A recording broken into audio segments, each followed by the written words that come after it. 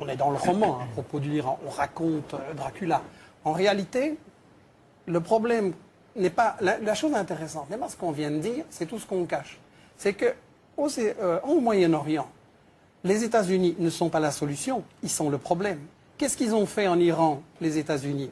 Il y avait un Premier ministre qui a démocratiquement dit un jour, 53, le pétrole, tout va dans les poches des multinationales, il faudrait quand même que ça profite un petit peu à mon peuple aussi. Qu'est-ce que les États-Unis ont fait? Coup d'État renversé. C'était Mossadegh. Voilà, c'était Mossadegh, exactement.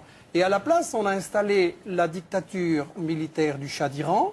La police politique, la SAVAK, a torturé, emprisonné, assassiné des dizaines de milliers de gens. Ça, c'est la démocratie des États-Unis en Iran.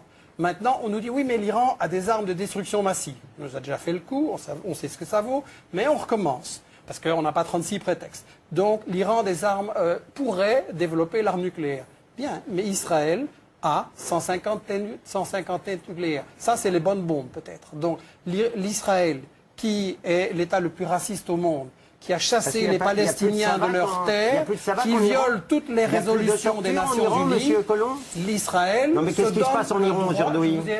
Non mais enfin vous dites n'importe quoi. Est-ce que je vous ai interrompu? Vous expliquez qu'il y avait à SAVAK... envers les spectateurs. Non mais enfin...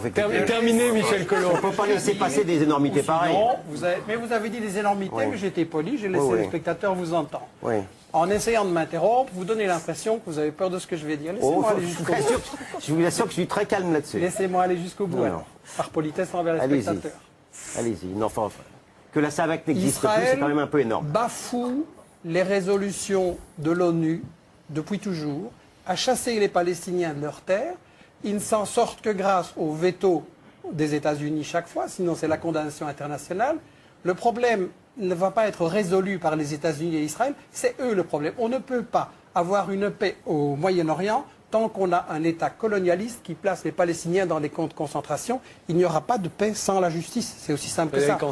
Pour un petit rappel, hein, la situation de l'Iran et des bases américaines qui l'entourent, c'était dans le dessous des cartes, l'émission de Jean-Christophe Victor. Je vous invite justement à regarder la carte. Depuis novembre 2001, avec la traque des réseaux Al-Qaïda, le pays constate l'installation de facilités militaires américaines au Tadjikistan, au Kirghizistan et en Ouzbékistan. Elle complète au sud les bases américaines dans le Golfe. À l'est, en Afghanistan, l'Iran est maintenant débarrassé du régime taliban qu'il a toujours combattu, mais ce pays est toujours aussi pauvre, toujours aussi instable, et il y a maintenant à Kaboul un gouvernement central mis en place par les États-Unis.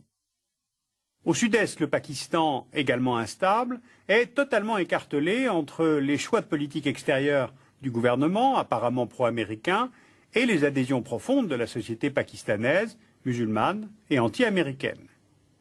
Enfin, à l'ouest, évidemment, l'Irak. Avec la fin de la dictature de Saddam Hussein, le régime de Bagdad cesse d'être menaçant pour l'Iran. Mais s'installe à la place un régime, là aussi favorable aux intérêts américains, et qui permettra à terme la présence de bases militaires américaines. Donc notre carte le montre bien, l'Iran est encerclé par des pays désormais proches des intérêts américains.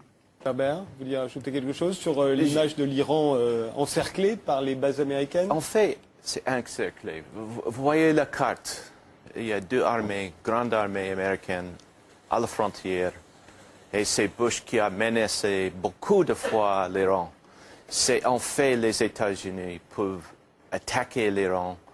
Il y a, comment dirais-je, une paranoïa de la part des Iraniens. Justement, paranoïa de la part des Iraniens qui ferait suite aux menaces nombreuses des Américains. On se souvient que les Américains avaient d'ores et déjà menacé l'Irak avant de l'envahir. On a entendu George Bush avant-hier, dans son discours de sortie, comme on les appelle, reconnaître une erreur. Ce serait d'avoir cru le renseignement en 2003. On va écouter tout de suite George Bush se confessant.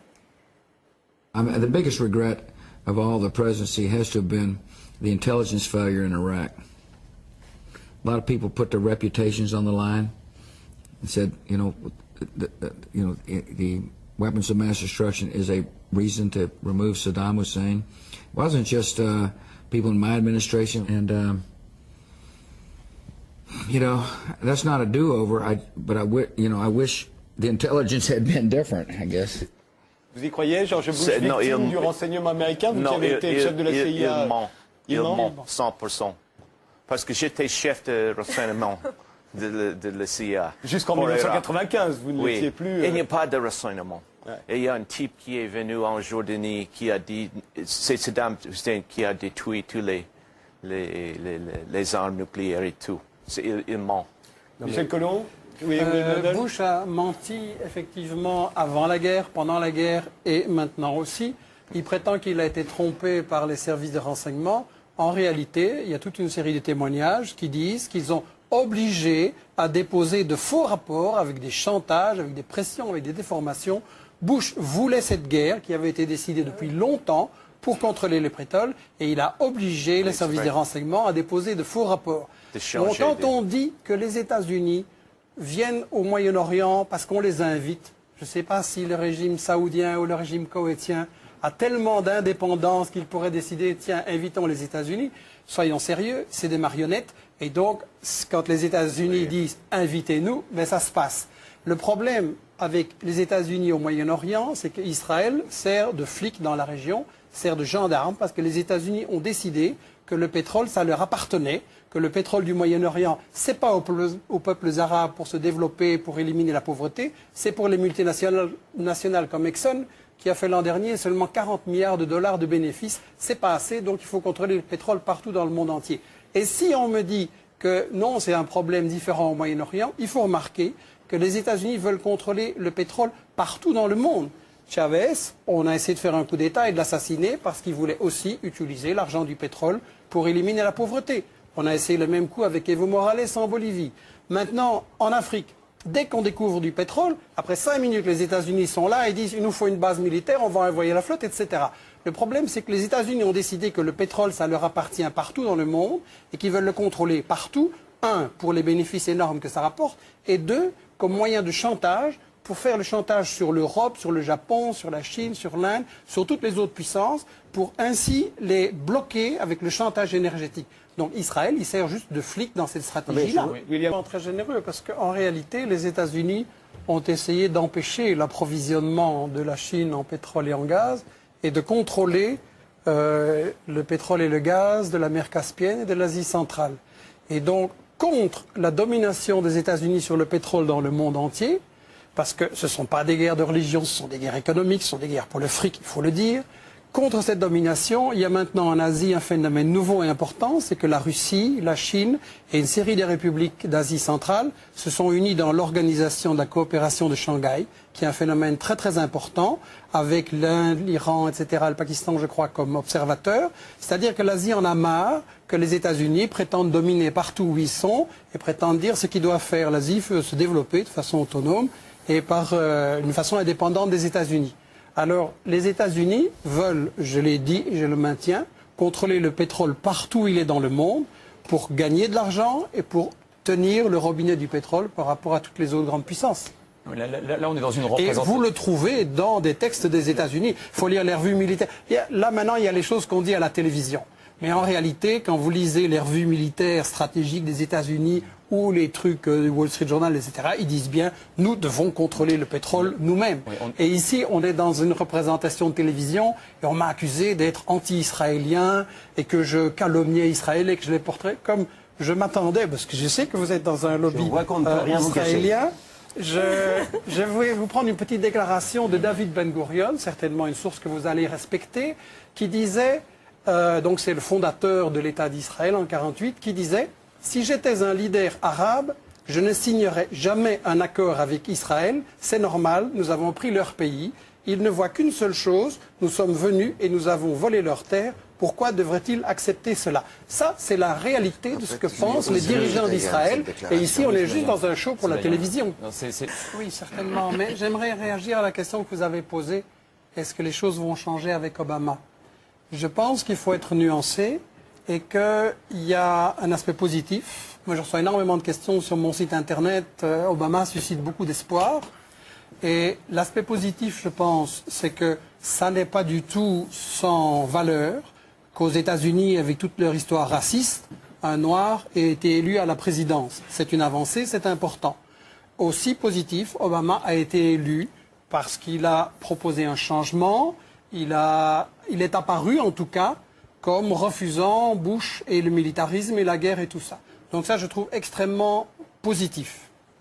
Le problème, c'est que avant que les gens votent pour Obama, Wall Street avait voté pour Obama. C'est-à-dire que vous savez qu'aux États-Unis, les multinationales mettent de l'argent sur les candidats régulièrement. Pour être élu président des États-Unis, il faut recevoir des centaines de millions de dollars. La campagne électorale coûte horriblement cher. Ce n'est pas vraiment démocratique d'ailleurs comme système politique. Et il faut se demander à qui les multinationales ont donné le plus d'argent. Pas à McCain, pas à Clinton, à Obama. Donc le problème, c'est que les gens maintenant, avec la crise, ils ont voté Obama pour qu'on les sauve des banques. Le problème, c'est que les banques aussi ont voté Obama. Alors je pense que dans la question israélienne, vous avez raison de dire qu'Obama a raconté toute une série de choses pendant sa campagne électorale pour se faire élire, que maintenant il dit le contraire. Et là, il va falloir tester. Obama a choisi comme vice-président un sioniste acharné, comme secrétaire général de la Maison-Blanche également un sioniste acharné. Il a dit que Jérusalem, ça devait être la capitale d'Israël. Or, Jérusalem est une capitale volée. Il a proposé de donner 30 milliards de dollars d'aide militaire en plus à Israël. Je voudrais simplement dire à Obama, il y a 40 millions de gens sous le seuil de pauvreté aux États-Unis. Est-ce que ces milliards de dollars ne seraient pas mieux utilisés là? Il y a un énorme problème social aux États-Unis et je pense que malheureusement, d'abord le problème c'est que le pouvoir n'est pas à la Maison-Blanche. Le pouvoir, il est dans les multinationales qui décident cette stratégie et qui décident qui sera président. Et je crois sincèrement qu'on va avoir... Ils ont maintenant, comme je l'ai dit au début et comme M. Baird l'a souligné, ils ont un grand problème. C'est que la méthode Bush, on passe en force, on fait la guerre à tout le monde, ça a échoué. Ça n'a provoqué que de plus en plus d'indignation, de résistance dans le monde. En plus, les États-Unis sont une puissance économiquement en faillite. Il y a eu la crise immobilière, s'annonce la crise des cartes de crédit. Donc, il va y avoir des... En fait, c'est une économie en faillite. Comment voulez-vous continuer à faire la guerre partout dans le monde quand vous n'avez pas une économie qui peut la payer? Donc, maintenant, ils sont vraiment dans un désarroi à hésiter entre les tactiques on va jusqu'au bout, on fait la guerre à fond et en avant, ou des tactiques plus intelligentes, comme on a entendu cette version-là, pour essayer de maintenir la domination des États-Unis sur le monde. Moi, je voudrais simplement dire, les États-Unis n'ont pas à dominer le monde. Il ne faut pas se poser la question quelle est la meilleure manière de rester les maîtres du monde. Le monde, simplement, il est en train d'évoluer. Il n'est plus unipolaire avec une grande puissance. Il est multipolaire. La Chine monte en puissance. La Russie a cessé de se mettre à genoux devant les États-Unis. Le Brésil, l'Inde, etc. sont aussi des puissances qui essayent de monter. L'Amérique latine essaye de se libérer. Ça, c'est un monde multipolaire. Je ne dis pas que c'est un miracle. La question riche-pauvre va rester là-dedans. Il restera plein de problèmes. Mais à mon avis, c'est mieux pour résoudre les problèmes du monde, qu'il n'y ait plus un gendarme du monde qui, chaque fois qu'il y a un pays qui veut mener une politique indépendante, vient militairement l'attaquer. Sur l'Irak, que va-t-il advenir de l'Irak une fois que les Américains seront partis? Ils ont annoncé leur départ pendant 3 ans. Déjà, George Bush l'avait annoncé. Robert Baird, l'Irak, qu'est-ce que ça deviendra? Soit la partition du pays, ou une guerre civile, les chiites, les Kurdes et les sunnites. Soit une guerre civile. Soit devenir une puissance dans l'orbite de l'Iran aussi. L'Irak est fini. De toute façon. Une telle dimension d'imprévisibilité, d'un côté, on peut considérer que la baisse de la violence en Irak est due au fait que la politique américaine est en train de l'emporter, et ça a des aspects tout à fait vrais. De l'autre côté, on peut dire que les acteurs réels de la scène irakienne se mettent en position en attendant que les Américains s'en aillent pour se confronter dans la bataille définitive.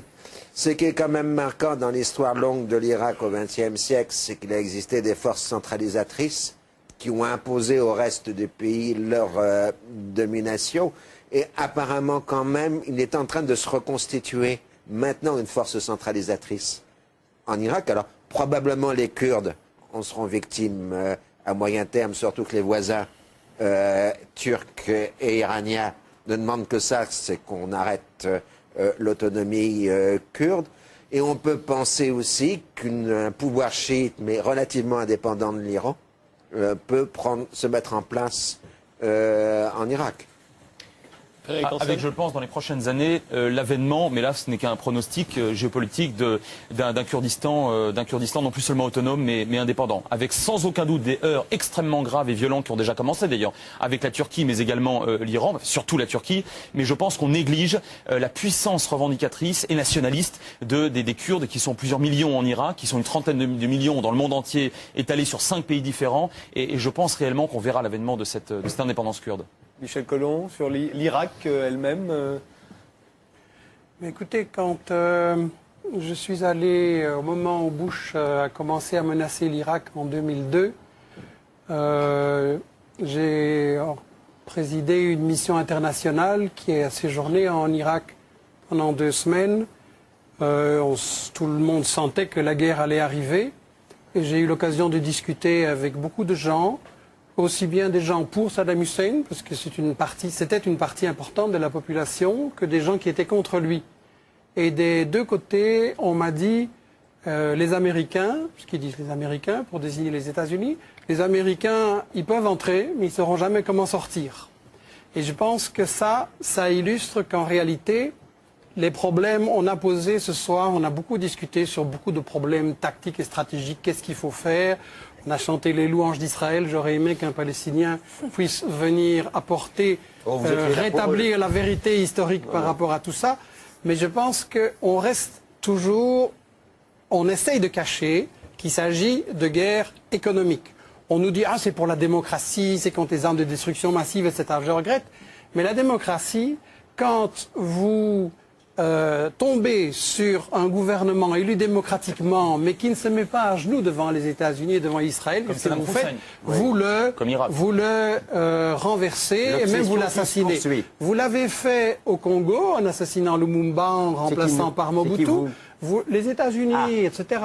Vous l'avez fait au Chili, en volant le cuivre, en assassinant Allende, en le remplaçant par Pinochet. Les États-Unis ont placé les États-Unis, mais on n'est pas au...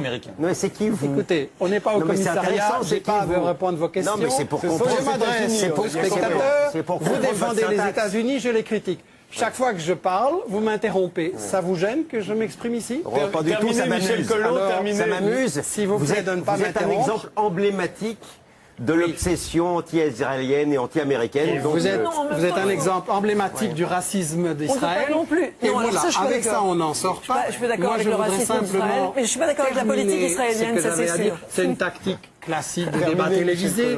On jette une peau de banane pour que l'autre ne puisse pas aller jusqu'au bout. Vous le faites vous-même très bien. Qu'on ne puisse pas aller jusqu'au bout et que les gens ne puissent pas entendre ce que j'ai à dire. Je voudrais simplement dire que vous avez éliminé une série de gouvernements démocratiquement élus parce qu'ils ne vous plaisaient pas et qu'ils ne se mettaient pas à genoux devant vous.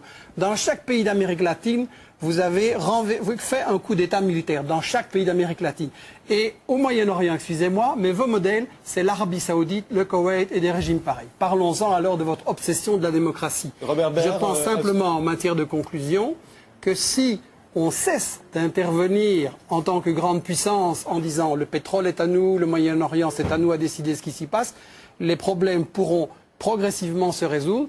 Le malheur de l'Irak, c'est que la stratégie a été d'abord d'envahir de façon assez stupide, comme Bush qui n'avait pas pensé à ce qui allait se passer après, et ensuite, quand ils se sont rendus compte que ça ne marchait pas, ils ont dit délibérément, on pouvait le lire dans les revues militaires des États-Unis, il nous faut diviser l'Irak en 3, comme on l'a fait en Yougoslavie, provoquer une guerre civile entre les gens, et ça va être la manière de maintenir notre domination sur la région. Mais ça c'est inacceptable.